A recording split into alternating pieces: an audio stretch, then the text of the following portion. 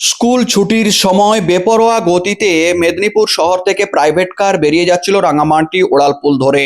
উল্টো দিক থেকে আগত ছাত্রছাত্রী ভর্তি একটি স্কুল ভ্যানকে মুখোমুখি ধাক্কা।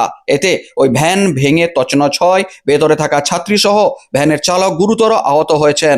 বেপরোয়া প্রাইভেট কারকে ঘিরে রীতিমতো বিক্ষোভ দেখান স্থানীয়রা। তীব্র যানজট পরিস্থিতি তৈরি হলে ছুটে যায় কোতোয়ালি থানার পুলিশ। সামাল দিতে হয় দীর্ঘক্ষণের চেষ্টাতে। জানা গিয়েছে, শনিবার দুপুর ৩টে নাগাদ মেদিনীপুর শহর থেকে বেপরোয়া গতিতে একটি প্রাইভেট কার বেরিয়ে যাচ্ছিল বলে দাবি প্রত্যক্ষদর্শীদের। মেদিনীপুর শহরের রাঙামাটি ওড়ালপুল দিয়ে যাওয়ার সময় উল্টো দিক থেকে আগত ছাত্রছাত্রী বোঝায় একটি স্কুল ভ্যানকে নিয়ন্ত্রণ হারিয়ে ধাক্কা মারে ওই প্রাইভেট কার।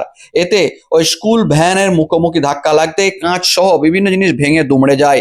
ভেতরে থাকা স্কুল ভ্যানের চালক গুরুতর আহত হন, সেই সাথে ভেতরে থাকা এক ছাত্রীও গুরুতর চোট পান। তাকে স্থানীয়রা দ্রুত উদ্ধার করে চিকিৎসার জন্য নিয়ে যায় মেদিনীপুর মেডিকেল কলেজ হাসপাতালে। এবং এই ঘটনার পর রাঙামাটি ওড়ালপুলের উপর তীব্র যানজট পরিস্থিতি তৈরি হয়। তার কারণ, ওই সময় সমস্ত স্কুল ও অন্যান্য জিনিস ছুটির পরে ওই রাস্তা দিয়ে যাওয়ার চেষ্টা করছিল। এই সংঘর্ষের ফলে রীতিমতো স্তব্ধ হয়ে যায় ওই রাঙামাটি ওড়ালপুলের যাতায়াত। পরিস্থিতি সামাল দিতে রীতিমতো বেগ পেতে হয়েছে কোতোয়ালি থানার পুলিশকে।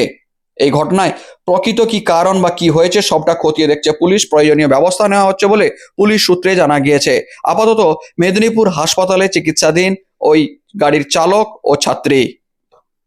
ছেলে মেয়ে দুজনেই ছিল গাড়িতে। মেয়ে আমার ফোন করতে আমি ছুটে এসেছি ফ্লাইওভারের উপরে। গাড়ির খুব বিভৎস অবস্থা, মুখোমুখি সংঘর্ষ হয়েছে। হ্যাঁ, বাচ্চারা ছিল 8-10-6-7টা বাচ্চা ছিল মারুতি ভ্যানে বিএসএন থেকে। স্কুলে প্রোগ্রাম ছিল, আজকে এক্সিবিশন ছিল। 6-7 জন ছিল। আহত একজনই বেশি হয়েছে, আর বাদ বাকি যারা টুকটাক আহত হয়েছে ওর ঘর চলে গেছে। এর নাম সৃজাম হেমব্রম। আমার নাম কিশোর আগরওয়াল।